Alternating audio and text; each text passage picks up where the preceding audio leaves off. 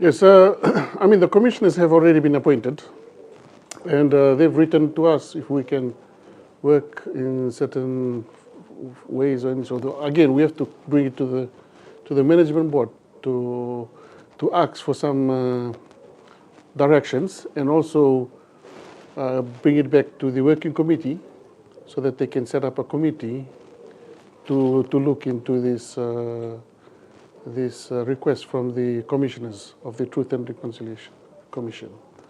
We have some reservation because, SODELPA had initially initiated a reconciliation program right in 2014, but it was for victims, for the perpetrators to ask for forgiveness. But that's already done. So now this one here is, it wasn't done, but now this one has come up. So we'll need to work with that and see how it goes. And your issue is that you want the perpetrators to come and ask for forgiveness in the presence of the victims? Well, that's biblical. It's usually the perpetrators who ask for forgiveness. But in this one here, it's not really. And so some questions are coming up from our members is that maybe this thing was done, just for some certain individuals. And that was also brought up when they were still doing the submission before the appointments of the commissioners.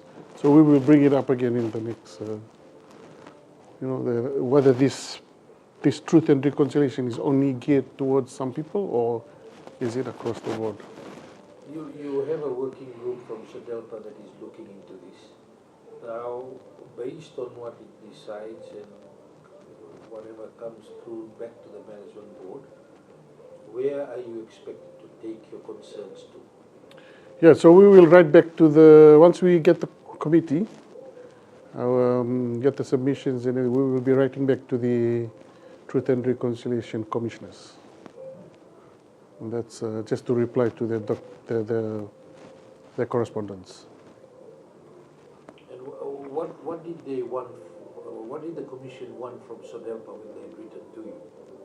Well, they just want us to work on some of the programs, but we will write back and say that we have this committee going and some reservations we have, and then we see from there. It's just that we need the committee to be on standby to be communicating with the Truth and Reconciliation Commissioners, rather than waiting because our management board, it only meets 4 times a year. So we've appointed a committee to be there so that it's, so within this time that's given, we can sort out these issues. The Prime Minister Rambuka had said when the commission was appointed that this truth and reconciliation is necessary now. If not, the hurt will continue, the pain will continue, and this will be the answer to bringing a closure for many people in terms of whatever has happened from the first coup in 1987 to the last coup in 2006. What are your comments on that? Personally, I think Fiji has the highest number of forgiveness in any states in the world. If you look in the world, how many times we try and forgive each other, we may be the highest. But again, like I said, it's the call of the management board to set up the committee, and then we work from there. But we need. It's not about having. Like now, it's really because we've had so many forgiveness programs in the last 5, 6, 10 years. We had one that was done in Upper Park.